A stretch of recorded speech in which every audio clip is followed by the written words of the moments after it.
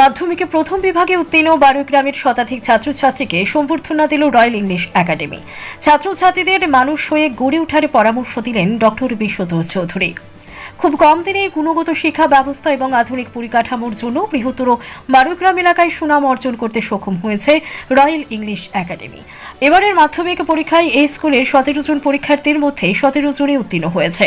প্রতি বছর স্কুলের পক্ষ থেকে কৃতী ছাত্রছাত্রীদের সম্বর্ধিত করা হয়। এবারও মাধ্যমিকে প্রথম বিভাগে উত্তীর্ণ এলাকার প্রায় শতাধিক ছাত্রছাত্রীকে সম্বর্ধনা প্রদান করা হয়। এই সম্বর্ধনা সভায় মুখ্য বক্তা হিসেবে উপস্থিত ছিলেন আসাম বিশ্ববিদ্যালয়ের বাংলা বিভাগের অবসরপ্রাপ্ত অধ্যাপক ডক্টর বিশ্বতোষ চৌধুরী। তিনি তার বক্তব্যে ছাত্রছাত্রীদের নৈতিক দায়িত্ববোধ এবং সমাজ শিক্ষায় শিক্ষিত হয়ে ওঠার পরামর্শ দেন। প্রতিটি ছাত্রছাত্রীকে নিজের মাতৃভাষার প্রতি যত্নশীল থাকার পরামর্শ দেওয়ার পাশাপাশি নিজের মা বাবা, শিক্ষক এবং মাটির প্রতি দায়িত্ববান হওয়ার পরামর্শ দিয়েছেন। সভায় সামাজিক এবং সাংস্কৃতিক সংগঠন খোঁজের সাধারণ সম্পাদক সজল লস্করকেও সম্বর্ধনা দেওয়া হয়। শুরুতে অনুষ্ঠানের উদ্দেশ্য ব্যাখ্যা করে বক্তব্য রাখেন স্কুল অধ্যক্ষ ফাতেমা বেগম। এই অনুষ্ঠানে কচিকাঁচা শিশুদের বাংলা বর্ষবরণ উপলক্ষে সাংস্কৃতিক অনুষ্ঠান ছিল চোখে পড়ার মতো। অনুষ্ঠান শেষে ধন্যবাদ সূচক বক্তব্য রাখেন স্কুলের সম্পাদক পাহাড়ুল ইসলাম। জাতীয় সঙ্গীত পরিবেশনের মধ্য দিয়ে অনুষ্ঠানের জবনিকা ঘটে। Everyone present here is very proud. I would like to say that always believe in yourself. The main important thing is don't compare with others, because every student is different, their ability, their achievements are different.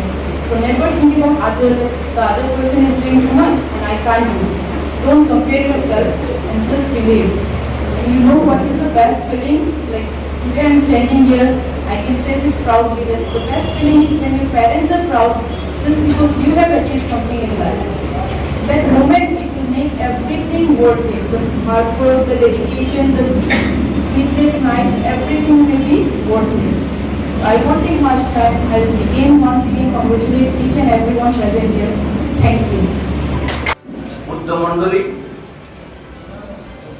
আমার শ্রদ্ধাভাজন শিক্ষাগুরু শ্রীযুক্ত দিলীপ শর্মা চৌধুরী মহাশয়, অভিভাবক বৃন্দ আর আমার প্রাণপ্রিয় ছাত্রছাত্রীরা, আমি এখানে বক্তব্য দিতে আসিনি।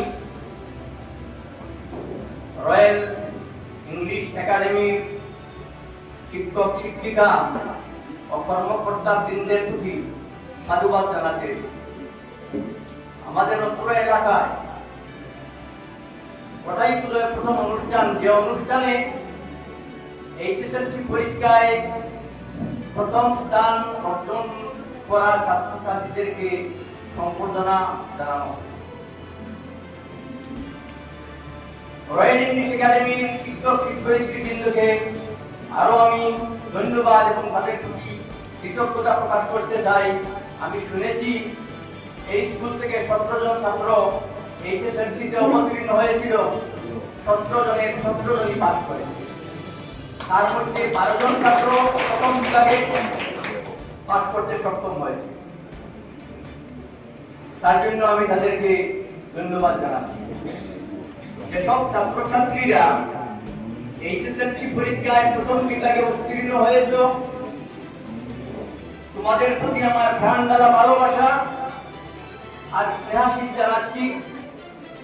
তোমরা অত্যন্ত মনোযোগী ছিলে, প্রতিদিন নিয়মিত স্কুলে এসেছ।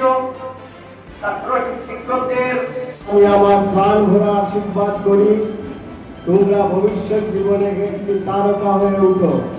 যে যেদিকে যাবে যেন উজ্জ্বল একটা তারকার মতো তোমরা যাও, এই আশীর্বাদ আমি করছি এবং ঈশ্বরের কাছে তাই প্রার্থনা করছি। প্রিয় ছাত্রছাত্রীরা, গীতাতে ভগবান শ্রীকৃষ্ণ বলেছেন, গীতাতে ভগবান শ্রীকৃষ্ণ কি বলেছেন? যে নিষ্কাম কর্ম প্রচেষ্টা করে যাও, ফলের জন্য ভাবনা করতে হবে না। কৃষ্ণ তাই বলেছেন যে ফলের জন্য ভাবনার কারণ নেই, তুমি কর্ম করে যাও, ফল তোমার পেছনে পেছনে ছুটে আসবে।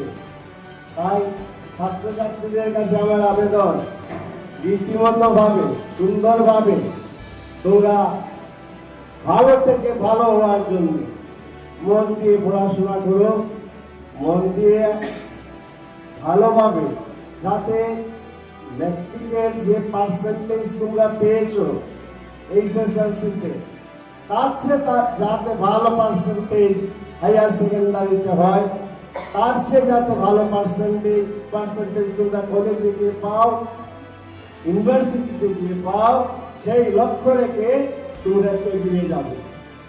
এবং অভিভাবকরা নিশ্চিতভাবে তোমাদের পেছনে থাকবেন, আমরাও থাকবো। আমরা অর্থ নিয়ে সাহায্য করতে নাও পারি, কিন্তু আন্তরিকভাবে আমরা ঈশ্বরের কাছে প্রার্থনা করব যে আমার এই জফরগড় এক্সটেন্ডেড হাইয়ার সেকেন্ডারি যে সেন্টার, অত্যাবশ্য ব্যাংকে আরো 2টা সেন্টার হয়ে গেছে, এই 3 সেন্টার থেকে যারা ফার্স্ট ডিভিশনে পাস করেছো, তোমরা দিন এগিয়ে যাও, এটা ঈশ্বরের কাছে কামনা থাকবে। আর বিদ্যা মানুষকে মানুষ করে, মানবতাবাদী করে, বিদ্যা মানুষকে যথার্থ পাত্রবোধ দেয়, বিদ্যা ধন দেয়। বিদ্যা এমন এক অমূল্য সম্পদ, যে সম্পদকে কোনো অবস্থায় কেউ খোয়াবার কোনো আশঙ্কা নেই।